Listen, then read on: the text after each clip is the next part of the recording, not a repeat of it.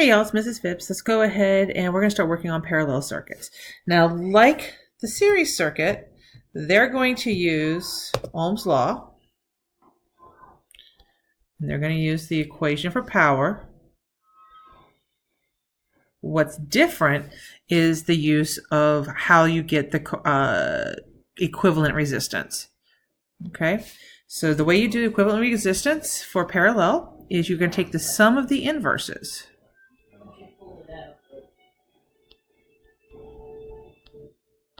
Okay. All right. The way we talk about it is that this the inverse of the equivalent resistance is equal to the sum of the inverses. For calculated work, you can write this as R1 to the negative 1 plus R2 to the power of negative 1 plus R3 to the power of negative 1. That's my husband. He's watching shows with guns. Sorry. And equals parallel to the negative 1. So that's how what we're going to do. That's a little bit different. Things that we need to pay attention to is Kirchhoff's loop rule says, hang on. There we go. Pop, pop. Sorry, guys. Had to tell my husband to zip it. I might need to tell him again. He's a little bit excited at the violent scenes. Anyway, so there's that. Okay, here's what we got to know about Kirchhoff's loop rule in this case. Loop rule says that the voltage drop, sum of the voltage around a closed loop is 0. So that would mean here's one closed loop. I just did that in green. Here's another loop. Is there any of that pie? And a third loop that goes right there. My family thinks they're so cute. So anyway, so basically we have 3 closed loops. What that tells us is that we've got 12 volts coming in here, 12 volts coming in here, and we've got 12 volts coming in here. Okay, so that's one thing that we know. And again, the reason why that voltage doesn't change is that the voltage, the 9 volts is electromotive force, and that is pushing the current through. The only time that push is going to change is when it hits something, is when it hits something that will change the amount, and that's resistors. Wire doesn't change anything. It's a conductor. So that 12 volts is going to stay just that way until it hits it. So there's Kirchhoff's loop rule in effect. And now let's do Kirchhoff's junction rule. So we're going to have some kind of current that kind of comes in here. And when it hits this junction, it's going to split. So we'll call this let me see here.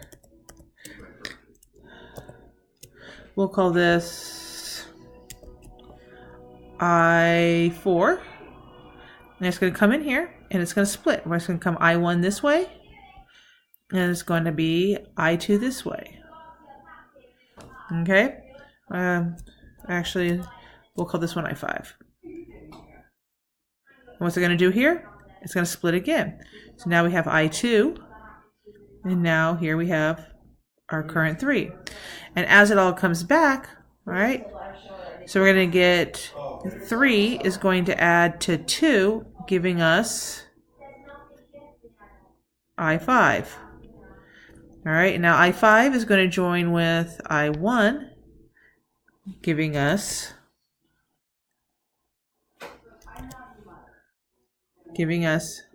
I4.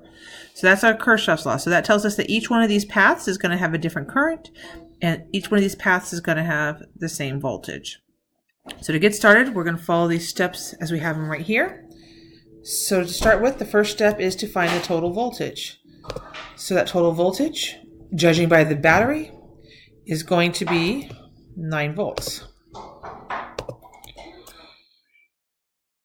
Okay, so there's 9 volts. Now again, Kirchhoff's loop rule says that each of these paths is going to have the exact same voltage, because there's nothing there across that entire top line to change the voltage at all. So that's 9 volts across the top. The next thing we know is we can put in our resistors. Resistor 1, resistor 2, resistor 3. So the first one is 90 ohms. The second one is 45 ohms. And the third one is 180 ohms. Okay, so now we're going to take a few seconds and we're going to find our equivalent resistance. And remember, equivalent resistance says if I were to take out all three of these resistors and replace it with one, what would that resistor have to be? So our math-wise is going to look like this. We're going to do 1 over 90 plus 1 over 45 plus 1 over 180. And we're going to use that number will be equal to 1 over the parallel resistance. So let's go grab this calculator over here. And let me see. There we go. So we're going to have, double checking, 90, 45, and 180. Okay. So we're going to take 90 inverse plus 45 inverse plus 180 inverse, and that gives us 0.005556. Okay, so let's go ahead and what that tells us over here. So it's 0.0056 is equal to 1 over R parallel. So if we want to solve for R parallel, what do we end up doing? We take the inverse of that number we just got. Whoa, it's a 6. Very poor 6, but there's a 6. So I'm going to go back to that calculator, and I'm going to hit the inverse key. Okay, ooh, bad math. I don't know what I did there, but let's try it one more time. So 90 inverse plus 45 inverse plus 180 inverse is equal to there we go, that's better. It's 0.072. Some bad math in here. This should be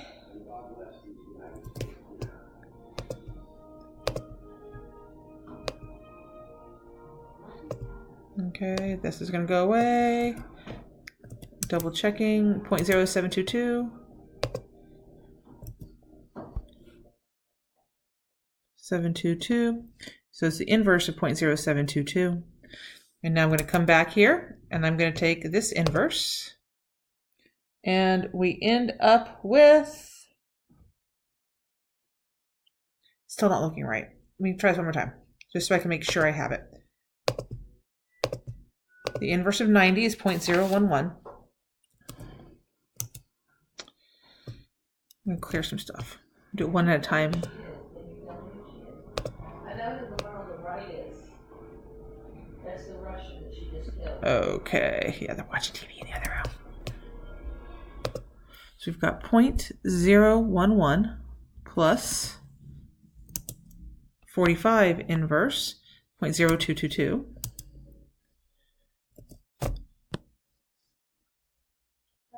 22 plus 180 inverse 0.00555. Okay.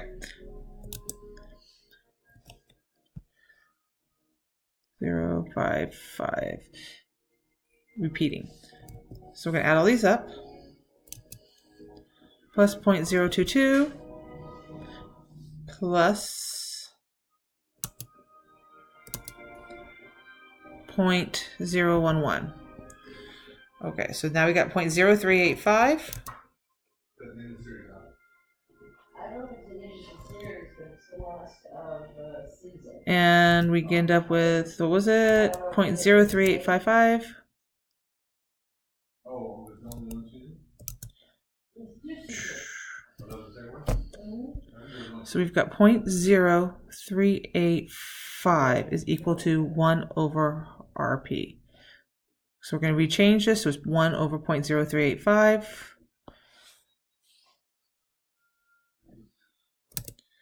We take this inverse. Finally, okay, there's our correct resistance.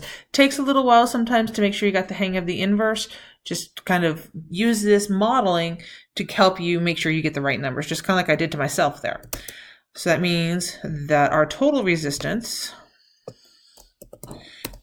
is 25.9 ohms. Okay, 25.9 ohms. Now notice something, that this value is smaller than all three of the other resistors values.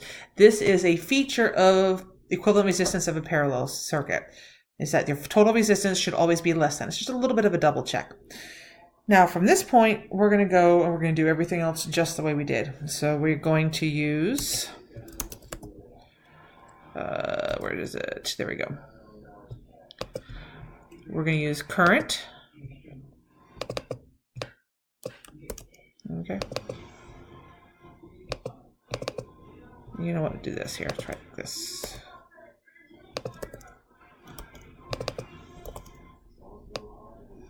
Okay. So we don't need to worry about this. That's our Kirchhoff's loop rule. This is what we're going to use. We know that current, we use Ohm's law. Whoa, wrong thing went away. The current is going to be equal to voltage divided by resistance. So we're just going to do that over and over again. So we're going to take voltage, 9 volts divided by 90 is going to be equal to 0.1 amps. 9 volts divided by 45 is going to be equal to 0.2 amps. And if we take the third one, 9 volts divided by 180, that is 0.05 amps. And again, Kirchhoff's junction rule says that the current in equals the current out. So if this one has 0.1 amps, this one has 0.2 amps, and this one has 0.05, when it gets all the way back around, it has to be added back up again. So what do we got? We have a total current of 0.35 amps.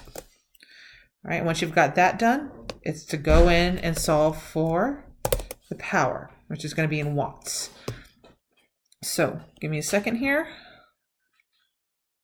So 9 volts times 0.1 gives us 0.9 watts.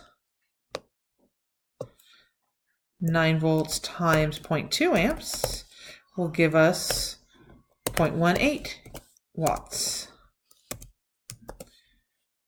Where are we? Here we go. And finally, 9 volts times 0.05. Oh, what is that one? That is double checking. Can't always do math in my head. 9 times 0.05, 0.04, 0.45. There we go. Is equal to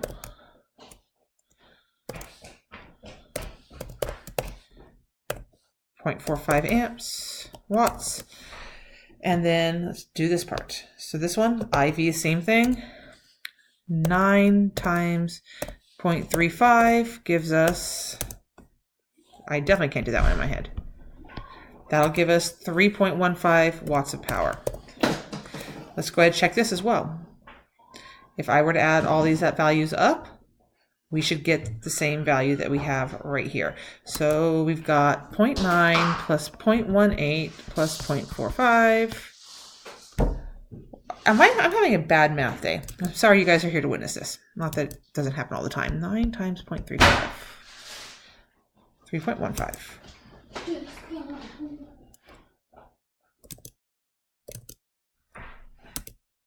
0.45 plus 0.18 plus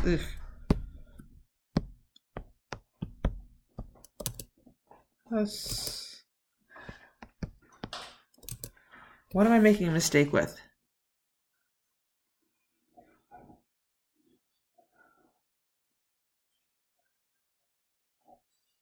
All right, give me a sec. So which of you guys found my bad math? 9 times 0.2 is not 0.18, it is 1.8.